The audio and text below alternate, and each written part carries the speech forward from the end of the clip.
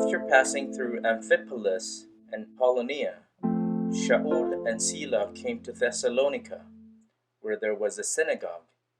According to his usual practice, Sha'ul went in, and on 3 Shabbats he gave them drashes from the Tanakh, explaining and proving that the Messiah had to suffer and rise again from the dead, and that this Yeshua whom I am proclaiming to you is the Messiah. Some of the Jews were persuaded and threw in their lot with Sha'ul and Sila, as did a great many of the Greek men who were God-fearers, and not a few of the leading women.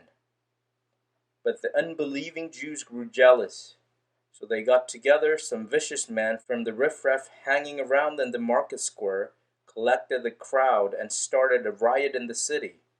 They attacked Jason's house, hoping to bring Sha'ul and Sila out to the mob. But when they didn't find them, they dragged Jason and some other brothers before the city authorities and shouted, "These men who have turned the whole world upside down have come here too, and Jason has let them stay in his home. All of them are defying the decrees of the emperor, because they assert that there is another king, Yeshua." Their words threw the crowd and the authorities into a turmoil, so that only after Jason and the others had posted bond did they let them go. But as soon as night fell, the brothers sent Sha'ul and Sila off to Berea. As soon as they arrived, they went to the synagogue. Now, the people here were of nobler character than the ones in Thessalonica. They eagerly welcomed the message, checking the Tanakh every day to see if the things Sha'ul was saying were true. Many of them came to trust, as did a number of prominent Greek women and not a few Greek men. But when the unbelieving Jews of Thessalonica learned that the word of God had been proclaimed by Sha'ul in Berea as well, they went there to make trouble and agitate the crowds. The brothers sent Sha'ul away at once to go down to the seacoast, while Sila and Timothy stayed behind. Sha'ul's escort went with him as far as Athens, then left instructions for Sila and Timothy to come as quickly as they could. While Sha'ul was waiting for them in Athens, his spirit within him was disturbed at the sight of the city full of idols. So he began holding discussions in the synagogue with the Jews and the God-fearers, and in the market square every day with the people who happened to be there. Also, a group of Epicurean and Stoic philosophers started meeting with him. Some asked, "What is this babbler trying to say?" Others, because he proclaimed the good news about Yeshua and the resurrection, said, "He sounds like a propagandist for foreign gods."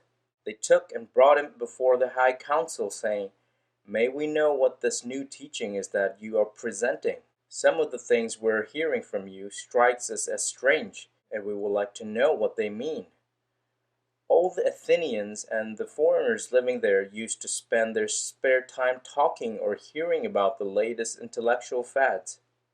Sha'ul stood up in the council meeting and said, "Men of Athens, I see how very religious you are in every way, for as I was walking around, looking at your shrines, I even found an altar which had been inscribed to an unknown God. So the one whom you are already worshipping in ignorance, this is the one I proclaim to you.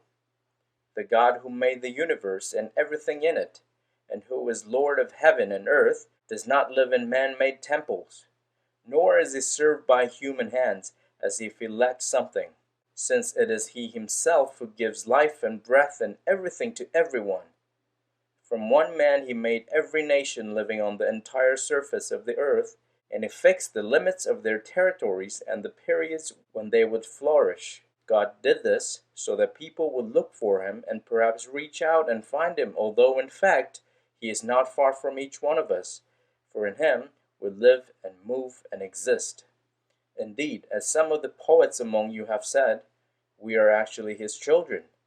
So since we're children of God, we shouldn't suppose that God's essence resembles gold, silver, or stone shaped by human technique and imagination. In the past, God overlooked such ignorance, but now he is commanding all people everywhere to turn to him from their sins. For he has set a day when he will judge the inhabited world, and do it justly by means of a man whom he has designated. And he has given public proof of it by resurrecting this man from the dead." At the mention of a resurrection of dead people, some began to scoff, while others said, "We want to hear you again on this subject."